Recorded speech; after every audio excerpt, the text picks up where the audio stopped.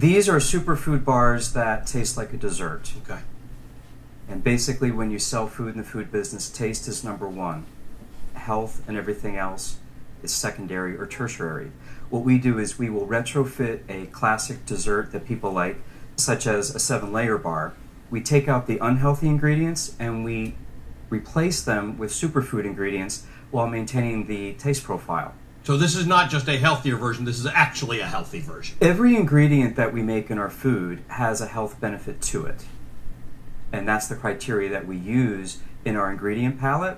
So basically we will only use superfoods, which is basically nutrient-dense foods. Okay, this sounds like amazing stuff. This sounds like the perfect recipe. How are you doing business-wise? We started out by entering dessert contests. We've won 6 dessert contests so far, so that was the start. The next thing that happened is we got into Whole Foods in the bakery section. That allowed us to get away from the energy bar aisle because we do not want to be positioned as an energy bar and be with all of our competitors. Mm-hmm. I compete against a brownie. Wow. Now, you did not come from a food background, is that right? I did not. I have a Wall Street background. And so what made you change? I retired at the age of 36 from a money management firm that I had started 10 years prior. While I was retired and living the so-called American dream, I got very depressed sitting around with nothing to do. I'm not very good sitting around.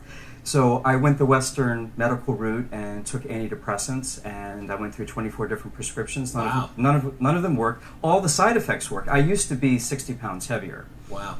And I decided I've given it enough of a try. I threw it all away and started studying mind-body medicine.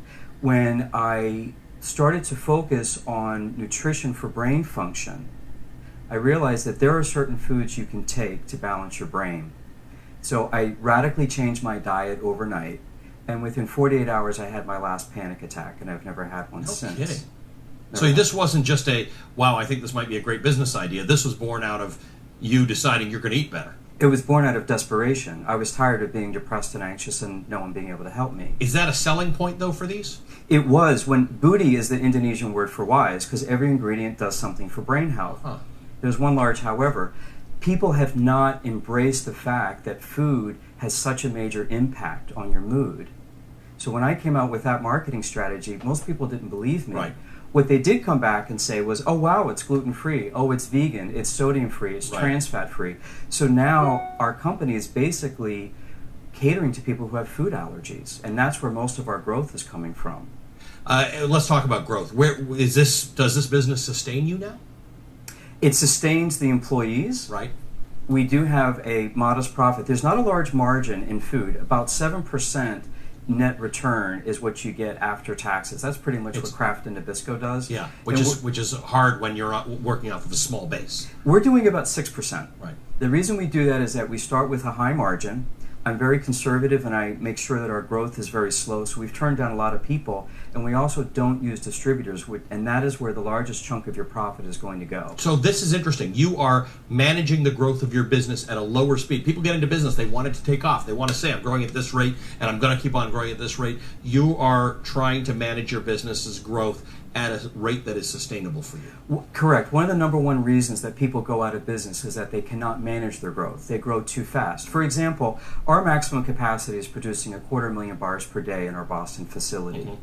If we got on the Oprah show or some very large outlet and they said, these are the greatest things, they're giving them away for free call, and we have orders of $500,000 in a day, and we can't fill those orders, we have not grown our business. We've created a large amount of bad goodwill. Right. And people are now disappointed. So we're much better off making sure that we grow at a rate that we can sustain, and that's why I'm doing it.